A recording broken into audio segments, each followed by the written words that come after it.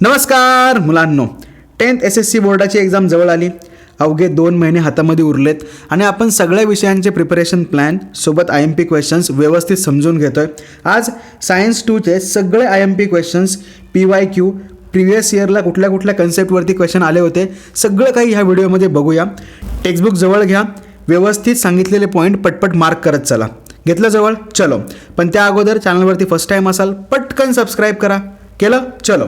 आता science 2ला preparation करताना महत्त्वाची गोष्ट काय आहे तर बघा, हे जे चॅप्टर्स आहेत, दुसरा चॅप्टर, तिसरा चॅप्टर, 6वा, 7वा आणि 8वा, 2nd, 3rd, 6th, 7th, 8th हे सगळेच्या सगळे इम्पॉर्टंट चॅप्टर आहेत.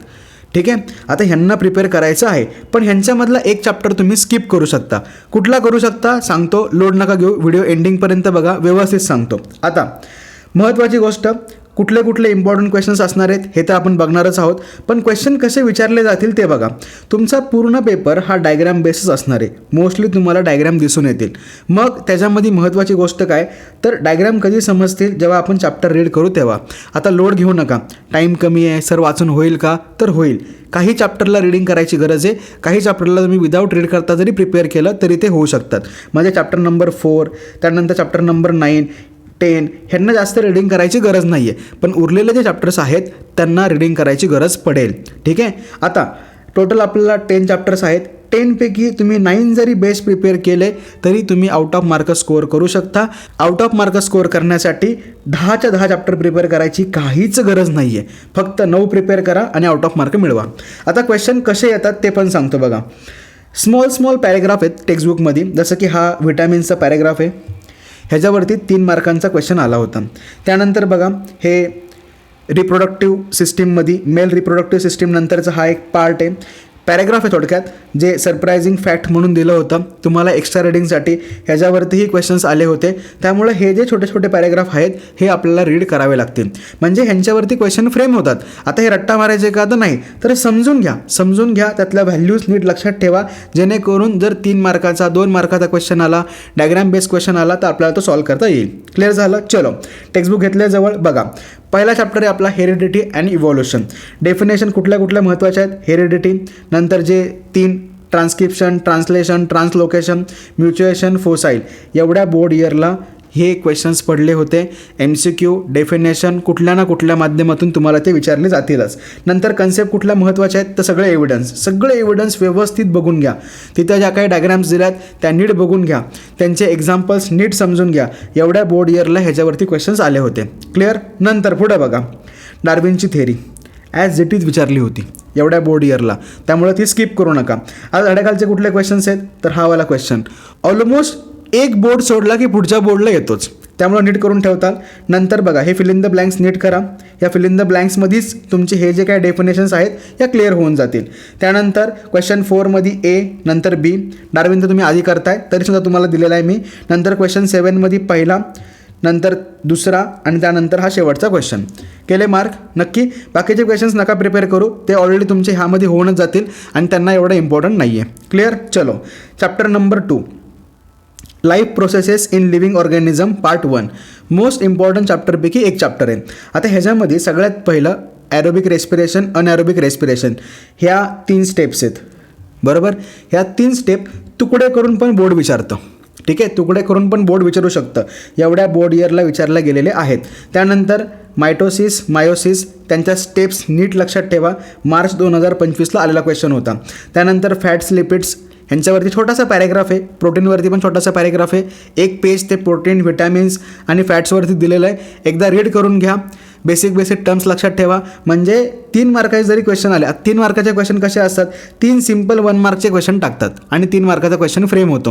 हे एवढेसे पॅरेग्राफ्स आहेत, नीट रीड करून ठेवतात. त्यानंतर डायग्राम कुठली करायची? पेज नंबर 15वरची आणि पेज नंबर 16वरची सर्वात महत्त्वाची डायग्राम आहे. क्लिअर? नक्की. आता बघा, मी इथं काय लिहिलं आहे नीट समजून घ्या. Only remember the steps and what is happening in the step. कशासाठी लिहिलेलं आहे मी? ह्याच्यासाठी. ह्यांच्यामध्ये ज्या स्टेप्स आहेत त्या समजून घ्या आणि त्या स्टेपमध्ये काय होतं आहे हे डायग्रामच्या फॉर्ममध्ये समजून घ्या. तुम्ही ओन वर्ड्समध्ये लिहिलं तरी चालेल, फक्त त्यातले जे बायोलॉजिकल वर्ड्स आहेत तेच लक्षात ठेवा. क्लिअर? नक्की. चलो आता नेक्स्ट एक्झरसाइजचे क्वेश्चन्स बघूया. बघा एक्झरसाइजमध्ये क्वेश्चन नंबर 2 डेफिनेशन्स आहेत, व्यवस्थित करा. क्वेश्चन नंबर 3 मध्ये बी आणि सी, नंतर गिव्ह रिझन सगळे करा.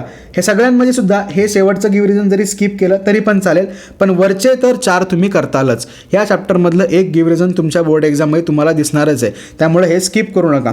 त्यानंतर क्वेश्चन 5 त्याच्यामधला बी, नंतर वरती बघा सी आणि हा एक चार्ट. क्लिअर? नक्की. चलो आता पुढचा life processes in living organism part 2. खूप मोठा चॅप्टर आहे, बरोबर. बरेच टॉपिक तुम्हाला कन्फ्यूज करतात. प्रिपरेशन करताना नीट समजून घ्या.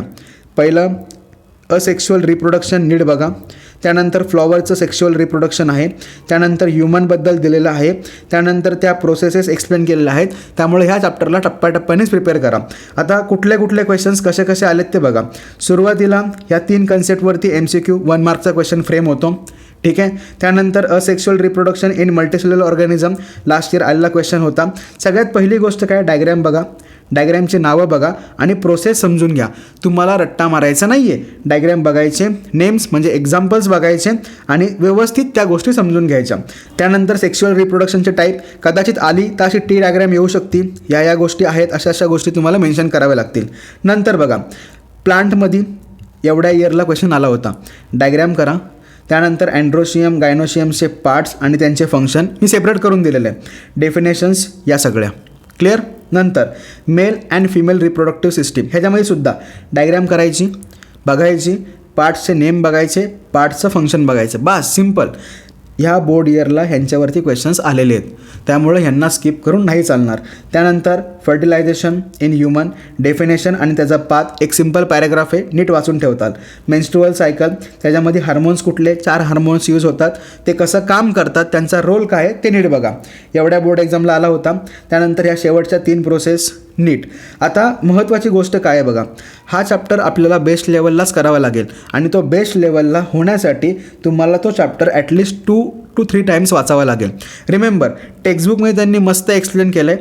डायजेस्टमधून तुम्ही करायला गेलं थोडंसं अवघड जाईल, त्यामुळं पहिलं टेक्स्टबुक रेफर करा. नाही समजलं तर दुसरी मेथड स्विच करा. क्लिअर? नक्की. चलो आता एक्झरसाइजचे क्वेश्चन्स बघूया. बघा क्वेश्चन 4 मधला बी आणि सी, त्यानंतर क्वेश्चन 7 अख्खा, त्यानंतर क्वेश्चन 6 तो वरती तुम्ही करतच आहात आणि क्वेश्चन 8 वरती गिव्ह रिझन येऊ शकतं. क्लिअर? नक्की. हे फिल इन द ब्लँक्स तर तुम्ही करणारच आहात, कारण हे चॅप्टर रिडिंगमध्ये होऊनच जाईल. क्लिअर? चलो आता सगळ्यात छोटासा आणि सिम्पलवाला चॅप्टर इन्व्हायरमेंटल मॅनेजमेंट. ह्यातल्या बऱ्याचशा कन्सेप्ट तुम्हाला 8मध्ये 9मध्ये काही तर 4-5ला पण झालेले आहेत, बरोबर ना. पोल्युशनचा टॉपिक तर तुम्ही 4पासून स्टडी करताय. मग आता तोच टॉपिक आहे थोडासा हायर लेवलनी मांडलेला आहे. आता ह्याच्यामध्ये ना फूड चेन पण येते एक्सप्लेन करण्यासाठी, MCQ पण येईल, त्यामुळे ते नीट बघतात. नंतर बघा मी काही टॉपिक्स लिहिलेले आहेत, ते टॉपिक्स नीट बघतात. डेफिनेशन बघा, डायग्रॅम बघा. नंतर पेज नंबर 37 वरची डायग्रॅम. नंतर एन्व्हायरमेंट आणि इकोसिस्टीम ह्यांचे 3 ते 4 पॉईंट नीट करून ठेवा, जुलै 2022ला आले होते. नंतर पेज नंबर 38ची डायग्रॅम बघायची, डायग्रॅमवरची थेरी बघून घ्यायची. नंतर 39वरचा टेबल मार्च 2023ला आला होता. नंतर environmental conservation March 2023. Types of biodiversity आणि आपण कसं प्रोटेक्ट करू शकतो ह्याच्यावरती आत्ता लेटेस्ट बोर्ड एक्झामला आलेला क्वेश्चन होता. बघा सिम्पल चॅप्टर आहे, आउट ऑफ मार्क देऊ शकतो आणि हा तर क्वेश्चन 5 मार्काला आला होता. विचार करा, 5 मार्काला या चॅप्टरचा क्वेश्चन आला होता, त्यामुळं स्किप करू नका. नंतर शेवटचा पार्ट लास्ट इयर आला होता, व्यवस्थित बघताल. क्लिअर? आता एक्झरसाइजचे क्वेश्चनसुद्धा बघा. एक्झरसाइजमध्ये क्वेश्चन 3मध्ये डी ई, क्वेश्चन 6मध्ये बी, त्यानंतर सी, डी आणि ई. हे वाचून घ्या, समजून घ्या.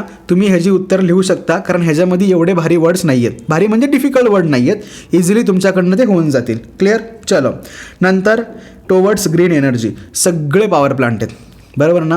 म्हणजे इलेक्ट्रिसिटी कशी प्रोड्यूस केली जाते हेच त्यांनी एक्सप्लेन केलं आहे, सगळे पॉवर प्लांट.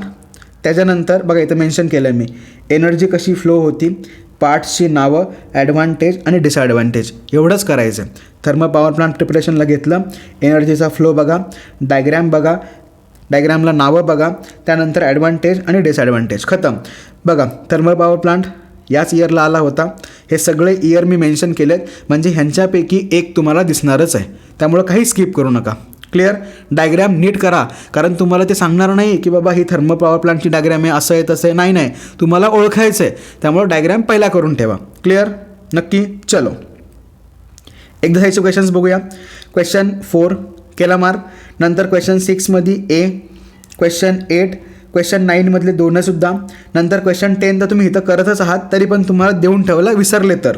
त्यानंतर क्वेश्चन 11मध्ये ए, बी आणि सी. डन. चलो आता चॅप्टर नंबर 6 डेंजर आहे बरोबर. प्रिपरेशन करताना ते डिफिकल्ट वर्ड डोक्यात राहत नाही.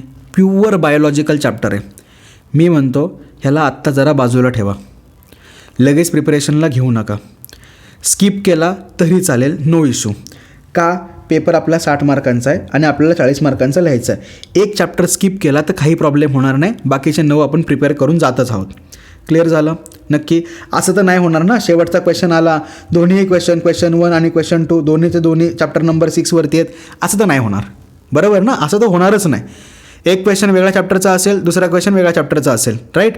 त्यामुळं ह्याला स्किप केलं तरी चालेल. पण जर तुम्हाला प्रिपेअर करायचं असेल तर सगळे क्वेश्चन्स मार्क केलेत बघा. मार्च 2023ला हा डिफरन्स आला होता. त्यानंतर हे क्लासिफिकेशन नीट समजून घ्या. 2-3 पॉईंट लक्षात ठेवा. नंतर बॉडी सिमेट्री या इयर्सला आला होता. टाईप्स, त्यांचे कॅरेक्टरिस्टिक्स नीट बघताल. क्वेश्चन कसा येतो, डायग्राम येणार किंवा असं काहीतरी स्टेटमेंट येईल, चला कॅरेक्टरिस्टिक्स ओळखा, टाईप ओळखा. या टाईपमध्ये टेक्निकल आहे, डायग्राम बेसवरतीच क्वेश्चन येणार. मगापासून तुम्हाला तेच सांगितलं, त्यामुळं कॅरेक्टरिस्टिक्सच व्यवस्थित करून ठेवतात. आता एक्झरसाइजचे क्वेश्चन्स बघा. हा क्वेश्चन, हे असे क्वेश्चन्स येतात बघा. हे असं काहीतरी दिलेलं असेल आणि तुम्हाला ओळखायचं असेल, कळलं नक्की. नंतर जर तुम्ही प्रिपेअर करत असाल तर हे क्वेश्चन करा. नंतर क्वेश्चन 5मधला डी, क्वेश्चन 6, क्वेश्चन 7, क्वेश्चन 8, 9 आणि 10. पण जर तुम्ही बायोलॉजीमध्ये वीक असाल तर ह्याला प्रिपेअर नका करू. जेव्हा बोर्ड एक्झाम येईल त्याच्या आधी पण मी प्लॅन सांगेल, 15 दिवसामध्ये कसं प्रिपरेशन करायचं. त्या टायमिंगला मी सांगेल या चॅप्टरमधले कुठले पॉईंट करायचे आहेत, कारण MCQ आणि 1 मार्कमध्ये आपल्याला ऑप्शन नसतो. मग त्या दृष्टीने कसं प्रिपरेशन करायचं ते सांगेल, लोड नका घेऊ. क्लिअर झालं. चलो आता next chapter number 7. Chapter number 7 introduction to microtechnology. आता हा ना भरपूर कन्सेप्टनी भरला आहे आणि बेसिकली काय, चॅप्टर नंबर 7 आणि चॅप्टर नंबर 8 हे ॲप्लिकेशन बेस्ड चॅप्टर्स आहेत बरोबर ना. ॲप्लिकेशन बेस्ड चॅप्टर्स असल्यामुळे काय होतं की ते बॅक्टेरिया डोक्यात ठेवणं किंवा त्याचं युजेस ॲप्लिकेशन डोक्यात ठेवणं थोडंसं हार्ड आहे. मग आता जे टॉपिक्स दिलेत ना, पहिले ते बघून ठेवा. बघा जे आलेले आहेत ते 2022ला डेअरी प्रोडक्टवरती क्वेश्चन आला होता, नीट बघून ठेवा. टेबल 7.5 या बोर्ड एक्झामला आला होता. त्यानंतर डेफिनेशन्स करा, त्यांचे नेम्स करा. मायक्रोब्स, फ्युएल कुठल्या यूज होतात. एक छोटासा 4 ते 5 ओळींचा पॅरेग्राफ आहे. मार्च 2024ला आला होता, 22ला सुद्धा आला होता. नंतर कुठले फ्युएल यूज करतो, एनर्जीचा फ्लो कसा आहे तेही समजून घ्या. मॅनेजमेंटवरती या बोर्ड इयरला क्वेश्चन आला होता. क्लीन टेक्नॉलॉजी लास्ट इयर आला होता. आता हे सगळे जे पहिले आलेले क्वेश्चन्स आहेत ना, हे टॉपिक पहिले प्रिपेअर करा आणि नंतर हे जे रिमेनिंग आहेत ना, हे नंतर प्रिपेअर करा. क्लिअर झालं नक्की. आता ह्याच्यानंतर एक्झरसाइजमध्ये बघा, एक्झरसाइजच एवढा मोठा आहे ना की सगळा चॅप्टरच क्लिअर होतो. क्वेश्चन 3मध्ये 3रा, 5वा, त्यानंतर हा 6वा आणि हा शेवटचा. केला मार्क. आता बघा गिव्ह रिझनमध्ये सुद्धा 2रा, 3रा गिव्ह रिझन. हे बघा हा क्वेश्चन आला होता सॅवेज मॅनेजमेंटचा. वरती तुम्ही तर केलेलंच आहे ना, म्हणून मी या ठिकाणी नाही दिला. असा डायग्राममध्ये क्वेश्चन येऊ शकतो. हे सुद्धा डायग्राममध्ये क्वेश्चन विचारले जातील. म्हणजे काय होतं की ही थिअरी तुम्ही लक्षात ठेवू नाही शकत, हे बोर्डलाही माहिती आहे. मग बोर्ड काय करतं, थोडं सिम्पल फॉर्ममध्ये विचारत, मग अशा डायग्रामच्या फॉर्ममध्ये तुम्हाला विचारलं जाईल. त्यानंतर क्वेश्चन 8मध्ये 1, 2, नंतर 4था आणि 5वा. आता ऑलरेडी हे क्वेश्चन्स तुम्ही वरती करतच आहात, फक्त ह्या ठिकाणी जेव्हा तुम्ही पुन्हा येतात तेव्हा त्यांची रिव्हिजन होऊन जाईल. क्लिअर झालं. चलो चॅप्टर नंबर 8 ह्याचाच पुढचा भाऊ बरोबर ना. हा पण थोडासा जरा डेंजर आहे. आता ह्याच्यामध्ये आहे ना बेसिकली काय, सेल बायोलॉजी सुरुवातीचा पार्टमध्ये त्यांनी 2-3 पेजमध्ये एक्सप्लेन केलं आहे, नंतर पूर्ण फोकस बायोटेक्नॉलॉजीवरती ठेवलेला आहे. मग डायग्राम 8.1 एवढ्या बोर्ड इयरला आली होती. स्टेम सेलची डेफिनेशन करा, युजेस करा. डायग्राम 8.2, 8.3 एवढ्या बोर्ड इयरला आलेली आहे. जे क्वेश्चन जास्त वेळा आलेत त्यांची प्रोबॅबिलिटीसुद्धा जास्त असतील. नंतर बायोटेक्नॉलॉजी कुठं यूज होती, बेनिफिट्स काय आहेत, ॲप्लिकेशन काय आहेत, करून ठेवा. एक्झाम्पल्स पेज नंबर 92वरचे. बायोटेक्नॉलॉजी आपण ह्युमन म्हणून कुठं वापरतो ते. नंतर हे सिम्पल डेफिनेशन्स ॲग्रिकल्चरमध्ये कुठं यूज केलं जातं, नीट बघून घ्या. आता हे जे आहे ना, हे तुम्ही सहज प्रिपेअर करू शकता. ह्याच्यामध्ये काय बॅक्टेरिया वगैरेंची नावं नाही आहेत बरोबर ना, फक्त थेरी आहे, थेरी नीट समजून घ्या. क्लिअर. चलो नंतर एक्झरसाइजचे क्वेश्चन्स कुठले, मॅच द पेअर करा. त्यानंतर क्वेश्चन 4मधला ए, क्वेश्चन 5मधला बी, डी आणि ई. नंतर आता हे मेरिट्स वगैरे तुम्ही करणारच आहात. नंतर स्टेम सेलचे युजेस आणि हा क्वेश्चन नंबर 8. डन केले मार्क. चलो chapter number 9. Chapter number 4 easy होता बरोबर. नंतर चॅप्टर नंबर 9 इझी मार्क्स आहेत, फ्री मार्क्स आहेत. हे मार्क भेटलेच पाहिजेत, खरंच भेटले पाहिजेत. आता हे जे आन्सर्स आहेत हे तुम्ही ओवन वर्ड्समध्ये लिहू शकता. फक्त अट काय, काहीही लिहू नका, ठीक आहे. थोडं टेक्निकली म्हणजेच पुस्तकी भाषेमध्ये उत्तर लिहिण्याचा प्रयत्न करा. मी म्हणत नाही की तुम्ही रट्टा मारा, नका रट्टा मारू. डायजेस्ट आहे ना तुमच्याकडं, नीट आन्सर वाचा, समजून घ्या आणि नंतर ओवन वर्ड्समध्ये लिहा. बघा डायग्राम 9.1. त्यानंतर हे factor disturbing the social health, त्यांचे नावं समजून घ्या. सो ओवन वर्ड्समध्ये लिहिलं तरी चालेल. प्रत्येक बोर्ड एक्झाममध्ये ह्याच्यावरती क्वेश्चन येतो. नंतर ह्या सगळ्या डायग्राम्स क्लिअर. आता बघा एक्झरसाईजमध्येच केलं तर सगळं बेस्ट होऊन जाईल. एक्झरसाईजमधला क्वेश्चन 2मधला बी, सी, डी. क्वेश्चन नंबर 3 तर एकदा 5 मार्काला आला होता. विचार करा, क्वेश्चन नंबर 3 हे असं पझल आलं होतं 5 मार्काला, कळतं आहे. त्यामुळं 4था चॅप्टर 9वा चॅप्टर स्किप करायचा नाही. नंतर हे एक्झाम्पल्स तुम्ही इझिली देऊ शकता. व्हॉट विल यू डू आणि वाय हे वाचून घ्या आणि ओन वर्ड्समध्ये लिहा. क्लिअर. चलो आता शेवटचा चॅप्टर डिझास्टर मॅनेजमेंट. डेफिनेशन करा, टाईप्स करा. त्यानंतर पेज नंबर 111ची डायग्राम बघून घ्या. नंतर कुठले कुठले फेजेस आहेत, अस्पेक्ट्स आहेत, मार्च 2024ला आलं होतं. नंतर फर्स्ट एड, एमर्जन्सी ॲक्शन्स कुठल्या असतात हे डायग्राम मांडलेले आहेत मी, नीट बघून ठेवा. काय होतं ह्याच्यावरती डायरेक्ट क्वेश्चन तुम्हाला विचारला नाही जाणार. ह्या डायग्राम देतील आणि विचारतील डायग्राम कसली आहे. मग डायग्राम जर माहिती असेल तर आपण थेरी सहज लिहू शकतो. क्लिअर. आता एक्झरसाइजचे क्वेश्चन्स बघा. क्वेश्चन नंबर 1 करताल, क्वेश्चन नंबर 2मध्ये ए, नंतर सी, त्यानंतर क्वेश्चन नंबर 3मध्ये सी, डी आणि ई. क्लिअर झालं नक्की. आता हे डायग्रामवाले जे बोलू ना मग असे हे डायग्राम्स असे येतील. नंतर क्वेश्चन नंबर 9मधला ए, 10 व्यवस्थित करा. क्वेश्चन नंबर 11 हे असे डायग्राम्स देतील आणि तुम्हाला विचारतील की तुम्ही काय करणार या सिच्युएशनमध्ये. क्लिअर झालं नक्की. चलो हे सगळे IMP क्वेश्चन्स होते, सगळे तुम्हाला दिलेले आहेत. पुढं तुमच्या हातामध्ये जवळपास 50 ते 60 दिवस हातामध्ये उरलेत. व्यवस्थित प्रिपेअर करा. काही डाऊट असेल तर कमेंट सेक्शनमध्ये नक्की विचारा. आणि आपला इंस्टाग्रामचा पेज आहे माझ्याच नावाने सुनील पाऊसकर, नक्की त्याला फॉलो करा. त्याच्यावरती तुम्हाला काही कन्सेप्ट 60 सेकंड 90 सेकंडमध्ये नक्की एक्सप्लेन करेल. क्लिअर. चलो तरी पण तुम्हाला काही डाऊट असेल, काही समजलं नसेल तर नक्की विचारा. काही कन्सेप्ट जर डिटेलमध्ये समजून घ्यायच्या असतील तर त्याच्यावरती मी 5-6 मिनटाचा व्हिडिओ सहज करू शकतो आणि कन्सेप्ट तुम्हाला क्लिअर झाला की तुम्ही एक्झाममध्ये सहज लिहू शकता. बरोबर ना. त्यामुळे काही डाऊट असेल तर कमेंट सेक्शनमध्ये नक्की विचारा. इथपर्यंत व्हिडिओ बघितला, थँक्यू सो मच. व्यवस्थित प्रिपेअर करा. Bye bye, all the best.